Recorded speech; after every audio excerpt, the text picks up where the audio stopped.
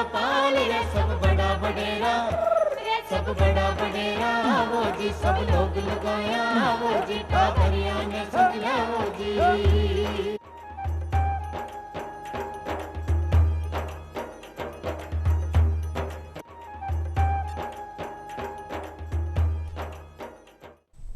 नमस्कार। डीडी राजस्थान के लोकप्रिय कार्यक्रम चौपाल में सभी दर्शकों का हार्दिक स्वागत, अभिनंदन। मित्रों, जैसा कि आप जानते हैं कि अनिश्चितता और जोखिम से भरी हुई हमारी ज़िंदगी में उसको सरल और सुगम बनाने के लिए, उसको सुरक्षित बनाने के लिए बीमा यानी इंश्योरेंस का कितना महत्व है।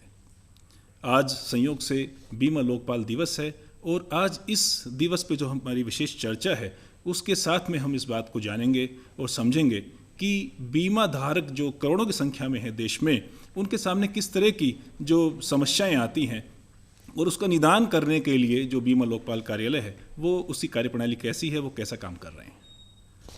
हमारी ज़िंदगी में जो बीमा और इंश्योरेंस है वो इस तरह से शामिल है, इस तरह से शुमार है कि आज हम एक सुरक्षित और एक सुखी जीवन की जो कल्पना है बिना इंश्योरेंस, बिना बीमा के नहीं कर सकते। हमारी आज की चर्चा में हमारे साथ हैं बीमा लोकपाल कार्यालय जयपुर के सचिव श्री सुधांशु लोक साहब। बहुत बहुत स्वागत है आपका स्टूडियोज़ में। नमस्कार जी। नमस्कार संजय जी। सबसे पहले मैं दूरदर्शन के सभी दर्शकों को स्वयं की तरफ से नमस्कार करता हूं और बीमा लोकपाल दिवस पर स्वयं की तरफ से, बीमा लोकपाल कार्यालय की तरफ से और ECOI मुंबई की तरफ से सभी दर्शकों को बहुत बहुत बधाई देता हूं कि बीमा लोकपाल जिसका गठन उनके लाभों के लिए किया गया है, इसीलिए वो सभी बधाई के पात्र हैं। तो आलोक साहब, सबसे पहले तो इसी सवाल से हम इस चर्चा को शुरू करना चाहेंगे कि जब जो उत्पाद है, कोई भी प्रोडक्ट है या सेवा है, सर्विस है, उसका एक निश्चित मूल्य चुकाने के बाद में जो उपभोक्ता है उसको अगर कहीं कोई समस्या आती है या उसमें कोई शिकायत आती है तो उसके लिए भारत सरकार ने एक बहुत बड़ी पहल की थी 1986 में, कंज्यूमर प्रोटेक्शन एक्ट, उपभोक्ता संरक्षण अधिनियम 1986। उसको लागू करने के 12 साल बाद में, इतने लंबे अवधि के बाद में, ऐसी क्या कोई ज़रूरत महसूस हुई कि बीमा लोकपाल कार्यालय अलग से सृजित किया गया और इसके जो पीछे की जो एक भूमिका, पृष्ठभूमि है, वो क्या रही होगी? हाँ संजय जी, प्रश्न बहुत ही अच्छा है। आपको और सभी दर्शकों को मालूम होगा कि हमारे देश में बीमा कंपनी पहले से थी, लेकिन वर्ष 1956 में 1 सितंबर 1956 को भारतीय जीवन बीमा निगम का गठन हुआ और उस समय लगभग 243 बीमा कंपनियां कार्य कर रही थी और सभी दावा देने के समय मुकर जाते थे, तो इसीलिए राष्ट्रीयकरण की आवश्यकता महसूस हुई जी।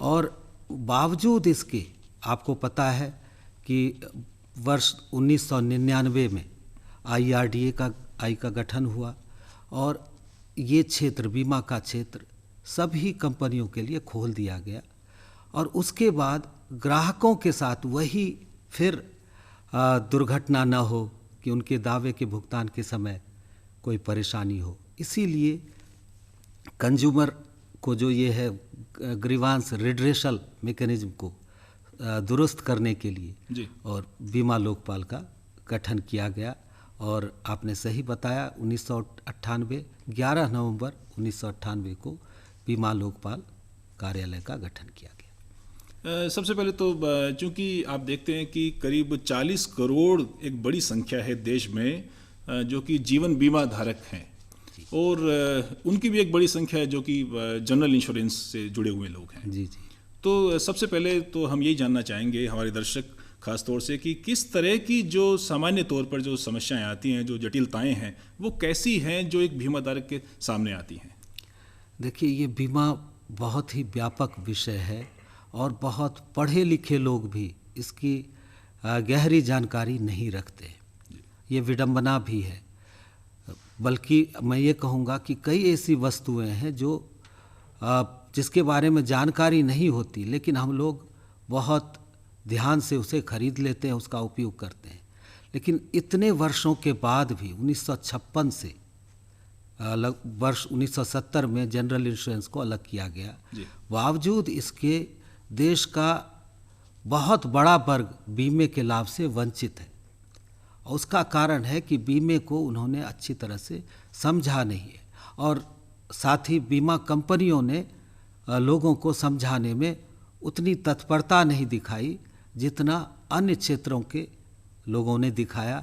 जैसे आप देखें कि मोबाइल को आए हुए 20 साल भी नहीं हुए, लेकिन मोबाइल के यूजर्स यहाँ पे और मतलब करोड़ों में है, 100 करोड़ बहुत से बड़ी संख्या ज़्यादा होती है। जी।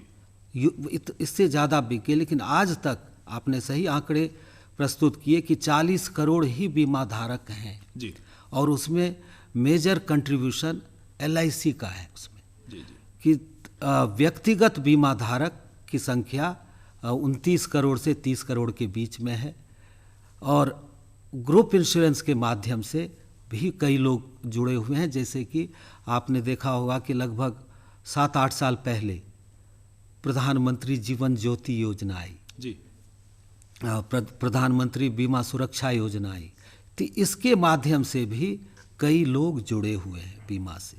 साथ ही भारतीय जीवन बीमा निगम समूह बीमा भी करती है, कई कंपनियों के एम्प्लॉई उनके पॉलिसी धारक हैं, समूह बीमा के पॉलिसी धारक हैं। तो इन सभी को अगर जोड़ दिया जाए तो लगभग 40 करोड़ जनसंख्या होगी जो बीमे का लाभ ले रहे हैं, जो कि किसी भी देश के विकास को अगर ध्यान में रखा जाए तो ये संख्या बहुत कम है, जब 130-35 करोड़ की जनसंख्या है। जी जी। तो जैसा कि आपने कहा कि एक जल्दबाजी है, और मैं ऐसा हम लोग जीवन में अनुभव करते हैं कि जो बैंकिंग सेक्टर है, जो बीमा का सेक्टर है, इसमें जो बीमा धारक है वो पॉलिसी को अप्रूव करते समय, साइन करते समय, उसको लेते समय क्या उसको समझने की इतनी जहमत में नहीं उठाता, या फिर जो सामने से जो एजेंट्स हैं वो इस बात को पूरी तफसील से नहीं बताते हैं, और इसीलिए शायद एक बड़ी संख्या में जो उनको समस्याओं से जूझना पड़ता है। नहीं, आपने सही प्रश्न उठाया है।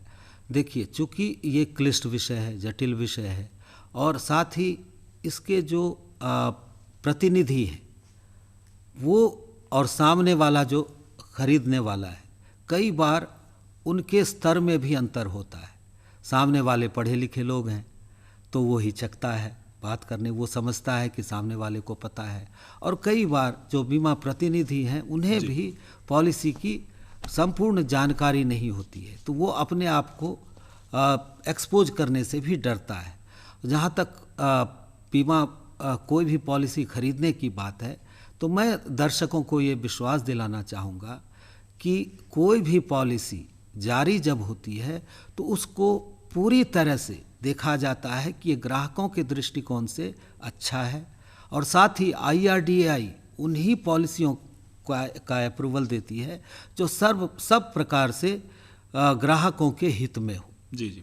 और बावजूद इसके अगर किसी ग्राहक को लगता है कि ये प्रोडक्ट मेरे अनुकूल नहीं है, तो कूलिंग ऑफ पीरियड हर एक बीमा पॉलिसी के अंतर्गत ये प्रावधान है कि वो देख लें, जो अभिकर्ता या प्रतिनिधि ने जिसके मार्फत उन्होंने बीमा पॉलिसी ली है, उनमें जो बातें उन्होंने बताई थी और पॉलिसी बॉन्ड में वो बात उद्धृत नहीं है, लिखित नहीं है, तो वो स्वतंत्र है। कूलिंग ऑफ पीरियड जो 15 दिनों का होता है, उसके दौरान उसे वो कैंसिल कर सकते हैं। तो ये बात वो नहीं समझ पाते हैं, इसीलिए मुझे लगता है कि बीमा पॉलिसी खरीदने में उन्हें कुछ हिचकिचाहट होती है। लेकिन ये इन बातों का अगर ध्यान रखा जाए, पॉलिसी बॉन्ड प्राप्ति के 15 दिन, अमूमन पॉलिसी खरीदने और पॉलिसी बॉन्ड प्राप्ति में बहुत समय लग जाता है जी। तो ऐसे में उनके पास बहुत समय है पॉलिसी के बारे में जानकारी इकट्ठा करने के लिए, अपने अड़ोस पड़ोस से, अपने जानकार से इसके बारे में चर्चा, यानी उसको वो ठीक ढंग से समझ लें और यस, उसके बाद ही अप्रूव करें उसको। खास तौर से जो बीमा लोकपाल कार्यालय है उसमें किस प्रकृति के जो मामले हैं, केसेस हैं, वो आते हैं? देखिए, लोकपाल कार्यालय में वही केसेस एंटरटेन किए जाते हैं जी। जब पॉलिसी धारक अपने उन बीमा कंपनी जिससे पॉलिसी ली है वहाँ पर उन्होंने शिकायत दर्ज की हो और उनका शिकायत निवारण उनकी संतुष्टि के अनुसार न हुआ। नहीं। तो और सभी बीमा कंपनी के अंतर्गत शिकायत निवारण की एक व्यवस्थित प्रक्रिया है और वहाँ पे शिकायत करेंगे तो आपको, जैसे मैंने कहा कि LIC के पास 30 करोड़ पॉलिसी है जी, लेकिन शिकायतों की संख्या बहुत कम है, क्योंकि हर एक बीमा कंपनी के पास शिकायत निवारण की बहुत सुदृढ़ प्रक्रिया है, वहीं पे अधिकतम शिकायतों का निवारण हो जाता है। बावजूद इसके जिन व्यक्तियों के शिकायत का निवारण उनके संतुष्टि के आधार पर नहीं होता है तो वो बीमा लोकपाल में आ सकते हैं, और अन्य मंच भी है लेकिन बीमा लोकपाल में उनका निःशुल्क निवारण होता है, त्वरित निवारण होता है, इसीलिए यहाँ पर उन्हें आना चाहिए। आलोक जी, हम चाहेंगे कि तफसील से आप बताएं हमारे दर्शकों को कि बीमा लोकपाल जो है उसकी क्या क्या शक्तियां हैं, क्योंकि कंज्यूमर कोर्ट में भी उनके सामने एक दरवाजे खुले हैं कि वहाँ भी वो जा सकते हैं, लेकिन वो उससे पहले बीमा लोकपाल पे वो कांटेक्ट करे, यहाँ पर वो अपनी जो प्रॉब्लम्स हैं उसको वो शेयर करें, तो उसके बारे में हम जानना चाहेंगे। हाँ, तो बहुत अच्छा प्रश्न है। देखिए, बीमा लोकपाल का गठन ही इसी उद्देश्य से हुआ कि यहाँ पर किसी अधिवक्ता की ज़रूरत नहीं है, व्यक्ति स्वयं आ सकता है, उनके जो नॉमिनीज़ हैं वो यहाँ पर आके अपनी बात रख सकते हैं, किसी अन्य के मार्फत यहाँ पर उनके केस को प्लीड करने का अधिकार नहीं दिया गया है। दूसरा, ये जो आप पॉलिसी आपने ली है आपके स्वयं के नाम पे हो, मतलब जैसे किसी आप कंपनी है, कंपनी अपने परिवार यहाँ पे नहीं सुलझा सकती, व्यक्ति सुलझा सकता है। और दूसरा, यहाँ पे एक ही हियरिंग में जो परिवाद है उसको सुलझाया जाता है, उसका निर्णय दिया जाता है, निःशुल्क होता है, और अधिकतम 90 दिन जब सभी रिक्वायरमेंट्स, जितने भी रिक्वायरमेंट्स है वो बीमा लोकपाल कार्यालय में जमा हो गया तो उस तिथि से लेके अधिकतम 90 दिन तक उस परिवाद को सुलझा दिया जाता है। पहले कोशिश की जाती है कि मेडिएशन के द्वारा कि बीमा कंपनी और बीमा धारक दोनों में मेडिएट करके उन बात सुलझ जाए और दोनों से मतलब इसकी संस्तुति मिल जाए तो सुलझा देते हैं। नहीं, जब ये बात बनती है तब उनके डॉक्यूमेंट्स जो उन्होंने दिए हुए हैं उसके आधार पर हियरिंग होती है और उसके बाद बीमा लोकपाल अपना निर्णय सुनाते हैं, और उस निर्णय को अधिकतम 30 दिन के अंतर्गत बीमा कंपनी पर ये बाध्यता है कि बीमा लोकपाल के निर्णय को उन्हें लागू करना है विदिन 30 डेज।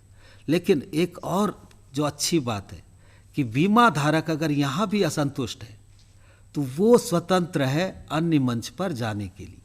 जी, ये बहुत बड़ी बात है जो ओम्बड्समैन रूल में कि अच्छाई लोगों तक इस आपके इस अच्छे महत्वपूर्ण कार्यक्रम के अंतर्गत ये कहना मेरे लिए बहुत ज़रूरी है कि वो स्वतंत्र है और इसका ज़रूर वो लाभ उठाए। जी।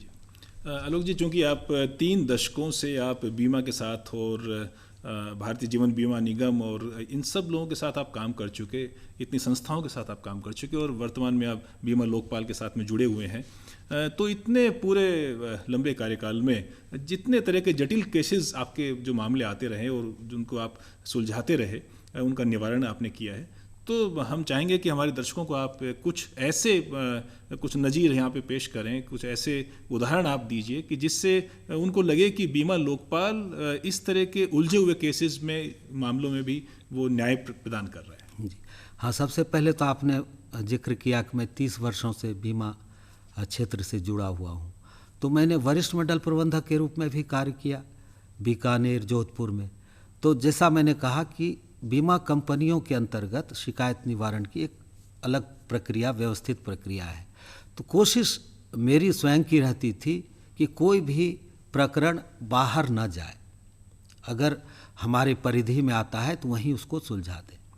तो बावजूद इसके कुछ प्रकरण आते हैं और मैं यहाँ दर्शकों को कहना चाहूँगा कि मैंने यहाँ पर 23 जून 2020 को अपना कार्यग्रहण की यहाँ पर भारत ग्रहण किया है, और इसी दौरान बहुत सारे परिवर्तन मैंने देखे यहाँ पर, जो पहले मुझे जानकारी थी और अभी कि अभी हम ऑनलाइन ग्राहकों की शिकायतों का निवारण करते हैं। इससे कई तरह के खर्चे भी कम हो रहे हैं और दूसरा जो आपने बात कही कि किस तरह के परिवार का, किस तरह की शिकायतों का हम निवारण करते हैं, और कुछ जो मुझे बहुत अच्छे लगे कि जो जीवन बीमा से संबंधित था कि आपको शायद पता हो कि जीवन बीमा की किस्तों का भुगतान आप कई तरह के मोड से करते हैं, जिसमें एक वेतन बचत योजना भी है जो उनके वेतन से ही कटौती होके प्रीमियम जमा हो जाता है उनके खाते में।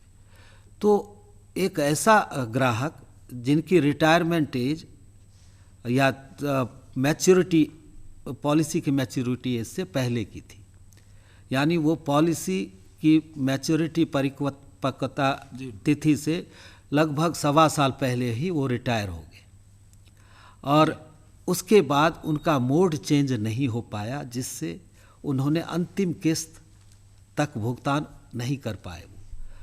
तो बीमा कंपनी ने उनका जो परिपक्वता मूल्य का जो निर्धारण किया वो पेड अप के रूप में, चुकता मूल्य के रूप में किया, पेड अप वैल्यू के रूप में। तो वो केस, और उन्होंने बोला कि चूँकि आपने प्रीमियम पूरे नहीं जमा किए इसलिए आपको परिपक्वता राशि की बजाय आपको चुकता मूल्य मिलेगा। तो वो केस जब यहाँ आया, ये मैं बहुत समझ लीजिए कि 5 दिन भी नहीं हुए हैं निर्णय दिए हुए, बहुत ही ताज़ा एक बहुत ताज़ा। और उसमें बीमा लोकपाल महोदया ने, जो श्रीमती संध्या बालिगा हैं, उन्होंने निर्णय दिया कि बीमा कंपनी ये माने कि उनका मोड उस दिन चेंज हो गया, आप पूरे बाकी जितनी किस्तें हैं 15 किस्तें मासिक किस्तों के बराबर प्रीमियम लीजिए, और पूरी परिपक्वता राशि और जो उसके तदनुसार बोनस है, जो लॉयल्टी एडिशन है, उसका आप भुगतान करिए, और प्रीमियम की राशि भी बिना ब्याज के आप काटेंगे। और साथ ही परिपक्वता तिथि से लेके अभी तक जब तक आप भुगतान करेंगे उसका आपको बैंक रेट से 2% ज़्यादा ब्याज की दर से आप भुगतान करेंगे। एक ये लैंडमार्क डिसीजन जो मुझे लगा अभी लगभग 4 महीने के मेरे अनुभव के दौरान। इसी तरह से आपको पता होगा कि जयपुर में बारिश बहुत अनप्रेसिडेंटेड हुई जी, और उस दौरान एक व्यापारी है जो अपने सामान को सुरक्षित रखता है। कोई नहीं चाहता कि एक्सीडेंट हो, कोई नहीं चाहता कि उसके सामान खराब हो। उसने पूरी व्यवस्था की थी कि बारिश में उसके सामान खराब ना हो, बावजूद इसके इतनी बारिश हुई उसके सामान कुछ खराब हो गए जी। तो बीमा कंपनी ने बोला कि ये बाढ़ नहीं है और आपने पूरा प्रिकॉशन नहीं लिया। हाँ, लेकिन बीमा लोकपाल मैडम ने जो निर्णय दिया वो बीमा धारक के पक्ष में दिया, क्योंकि जो साक्ष्य थे वो दर्शाता था कि उन्होंने पूरे प्रिकॉशन लिए, बावजूद इसके उनके कुछ सामान जो बेसमेंट में थे, चूँकि ऊपर से जिस तरह से बारिश हुई, जो प्रिकॉशन लेने के बावजूद भी उनसे संभव नहीं था बचाना, नुकसान हुआ। उस नुकसान की भरपाई का आदेश दिया। एक तो ये था। एक और है, जैसे एक्सीडेंटल क्लेम भी होता है, तो उसमें गाड़ी से दुर्घटना के बाद तत्काल उस व्यक्ति को कोई लक्षण नहीं थे, बाद में जो इंटरनल इंजरी होती है जी, उसके बाद उसकी मृत्यु कुछ दिनों पश्चात हो गई। तो देखने में तो ऐसा प्रथम दृष्टया ऐसा नहीं लगता है कि एक्सीडेंट में डेथ हुई, तो बीमा कंपनी ने उसका दुर्घटना हित लाभ नहीं दिया जी। तो वो जब परिवाद यहाँ पे आया तो बीमा लोकपाल ने निर्णय सुनाया कि नहीं, चूँकि ये जो प्रॉक्सिमेट कॉज है वो है एक्सीडेंट, इसीलिए दुर्घटना हित लाभ मिलेगा, और पूरे 25 लाख रुपए दिए गए। बहुत अच्छा। जो बीमा लोकपाल कार्यालय है उसमें जितने परिवाद आते हैं, उसमें जो मुआवजे की राशि है उसकी कोई सीलिंग है, यानी अधिकतम राशि कुछ तय की गई है उसमें? जी, बहुत आपने अच्छा प्रश्न उठाया। देखिए, जब 1998 में ओम्बड्समैन का गठन किया गया तब ये सीमा राशि जो थी वो 20 लाख थी। 2017 में इसे फिर संशोधित किया गया और 2017 में से इस राशि को 30 लाख किया गया है। अधिकतम 30 लाख, अधिकतम 30 लाख सभी टोटल जो भी मान लीजिए कंपेंसेशन देते हैं, कुछ भी देते हैं, उसको जोड़ के ये राशि 30 लाख से ज़्यादा नहीं होनी चाहिए। लेकिन हाँ, इसमें बातें उठ रही है, क्योंकि जिस तरह से पैसे का अवमूल्यन हो रहा है और जितने राशि अधिक जो औसत बीमा धन लेने वाले लोगों की संख्या बढ़ रही है, तो समय के अनुसार इसमें भी परिवर्तन करना मुझे लगता है कि IRDAI इस पर विचार कर रही है। जी जी जी। तो इसमें एक और खास इससे जुड़ा हुआ एक सवाल है कि अगर कोई भी परिवार अगर विचाराधीन है कंज्यूमर कोर्ट में, उपभोक्ता संरक्षण उसमें न्यायालय में, तो उस स्थिति में बीमा लोकपाल को क्या वो अप्रोच कर सकते हैं? नहीं, बहुत ये इस कार्यक्रम के जो दर्शक सुन रहे हैं उनके लिए बहुत ज़रूरी है ये जानना कि कोई भी मैटर सब जुडिस हो तो यहाँ पर उसकी सुनवाई नहीं होगी। इसीलिए सबसे पहले तो या इस मंच का उपयोग करें जी। यहाँ नहीं हो तब कहीं और जाए, और यहाँ निःशुल्क होता है, त्वरित होता है, एक बार में निर्णय दिया जाता है। और यहाँ पे सबसे बड़ी बात जो है कि मैं अपने आप को सौभाग्यशाली मानता हूँ कि इस कोरोना काल में मेरी पदस्थी यहाँ पर हुई जी। पहले आप ये देखें कि पूरे राजस्थान को ये कार्यालय सेवा दे रही है जी। बीमा लोकपाल कार्यालय। अब देखिए बाड़मेर से आप अगर उदयपुर मंडल के अंतर्गत बांसवाड़ा, ये सब सुदूर क्षेत्र हैं, लगभग वो गुजरात के ये है, ये पाकिस्तान बॉर्डर है जी। यहाँ से लोग खर्च करके आते हैं। हम तो बोलते हैं निःशुल्क उनके परिवार का यहाँ पे निवारण होता है, लेकिन आने जाने में खर्च होता था। लेकिन इस कोरोना से उन्हें एक ब्लेसिंग इन डिस्गाइज जो कहते हैं ये है कि अब वो घर बैठे अपने परिवार के बारे में अपनी बात रख सकते हैं। ऑनलाइन हम इसको जो भी हियरिंग करवाते हैं और उन्हें निर्णय से अवगत कराते हैं। जी जी। अभी आपने बताया कि 30 लाख जो मुआवजे की राशि अधिकतम वो तय की गई है, और इससे अधिक राशि का अगर मुआवजे के लिए कोई क्लेम करता है तो वो केस यहाँ बीमा लोकपाल नहीं आएगा। नहीं, उसके लिए कंज्यूमर फोरम है, सभी वो सब है जी। और दूसरा, अगर परिवादी जो है वो संतुष्ट नहीं है बीमा लोकपाल कार्यालय का आपका जो डिसीजन है, जो निर्णय है उससे, तो उसके बाद में वो कहाँ उसको चुनौती कहाँ दे सकता है? वही तो उनके लिए पूरा खुला हुआ है जी कि वो कंज्यूमर फोरम में जा सकते हैं, वो वकील के माध्यम से अन्य जहाँ भी जा सकते हैं, मतलब हाई कोर्ट जा सकते हैं, सुप्रीम कोर्ट जा सकते हैं, सेशन कोर्ट से लेकर कहीं भी जा सकते हैं। आलोक जी, आपने चर्चा के शुरुआत में ही बताया कि चूँकि न केवल ये जो बिना पढ़े लिखे या कम पढ़े लिखे लोगों के साथ में जो चीटिंग होती है इस तरह की, या वो समझ नहीं पाते हैं पॉलिसीज़ को, उस जटिलता को, उस भाषा को, उस क्लिष्टता को, लेकिन ये जो पढ़े लिखे भी हैं, जो शिक्षित लोग हैं, उनके साथ भी ऐसा हो रहा है जी। तो आपसे हम जानना चाहेंगे कि बीमा लोकपाल को, या फिर मैं इसको कहूँ कि इंश्योरेंस लिटरेसी को बढ़ाने के लिए और बीमा लोकपाल को और अधिक प्रभावी बनाने के लिए क्या क्या सशक्त कदम उठाने चाहिए? जी देखिए, अवसर तो बीमा लोकपाल दिवस है। हमने इस दौरान जितने भी कार्यालय हैं, जितने कलेक्टर हैं, गवर्नमेंट के जितने कार्यालय हैं, बीमा कंपनी के जितने कार्यालय हैं, दूसरे जितने भी प्राइवेट ऑफिसेज हैं, सबको एक जागरूकता अभियान के तहत हमने लीफलेट्स, जो एकदम 1 पेज का लीफलेट है, जो मैं दर्शकों को दिखाना चाहूँगा, इसीलिए लेके आया हूँ। बैनर्स जगह जगह पे हम लगाए हैं। ये बिंदु है जिसके आधार पे वो हमारे पास आ सकते हैं जी। और लिटरेसी की जो बात कही आपने ना, कि लोग कोई भी मिठाई खरीदते हैं, देसी घी की मिठाई है, उनको पता है कि देसी घी की मिठाई है तो वो महंगी होगी, और अगर वो क्या कहते हैं वनस्पति घी में है या तेल में है तो उसकी कीमत कम होगी। लेकिन जब बीमा खरीदते हैं तो वो तुलना करते हैं कि बैंक के ब्याज के दर के बराबर ब्याज क्यों नहीं मिला। मैं गाड़ी का इंश्योरेंस करवाया हूँ तो वो टर्म इंश्योरेंस है, मुझे मेरी राशि पूरी की पूरी चली गई, एक्सीडेंट नहीं हुआ तो। लेकिन ये पूलिंग ऑफ फंड्स है, यहाँ मेरा एक्सीडेंट नहीं हुआ लेकिन कहीं और तो हुआ होगा जी जी।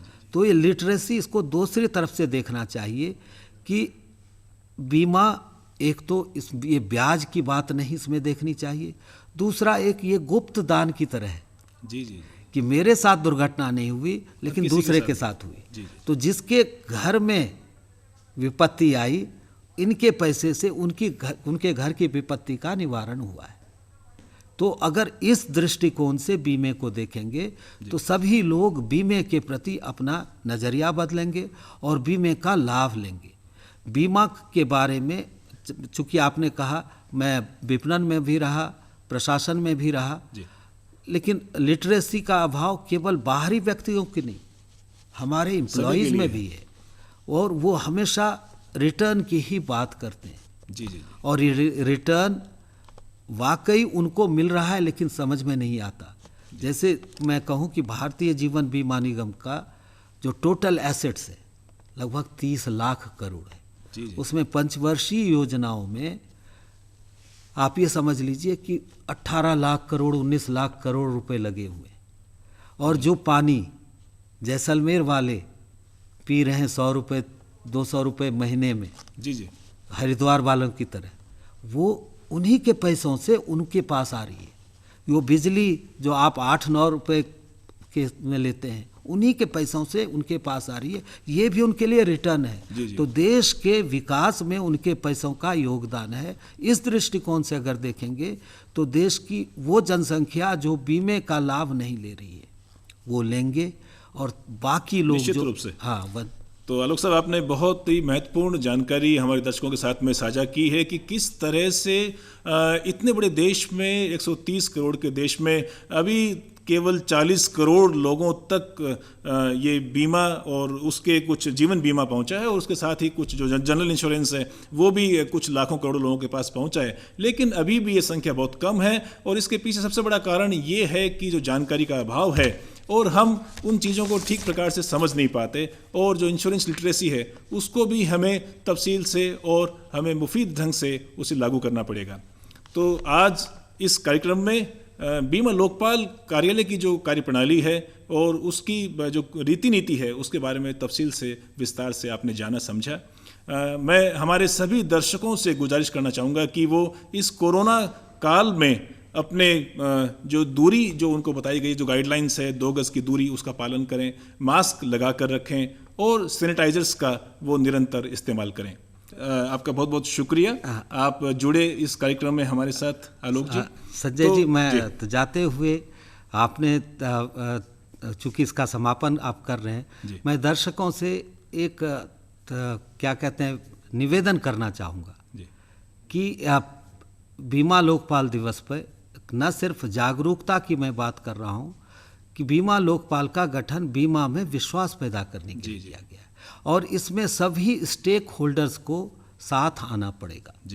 इसमें बीमा प्रतिनिधि हों, बीमा कंपनी हो, जो इंटरमीडियरीज हैं, उनको भी इसके प्रति अपने नज़रिए को और ग्राहक को केंद्र बिंदु में रखकर उनके अपने कार्य को एक नए रूप से उसका संपादन करना पड़ेगा।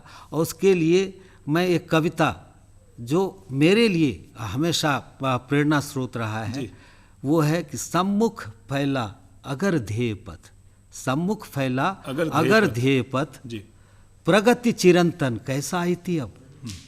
सम्मुख फैला अगर ध्येय पथ, प्रगति चिरंतन कैसा इति अब।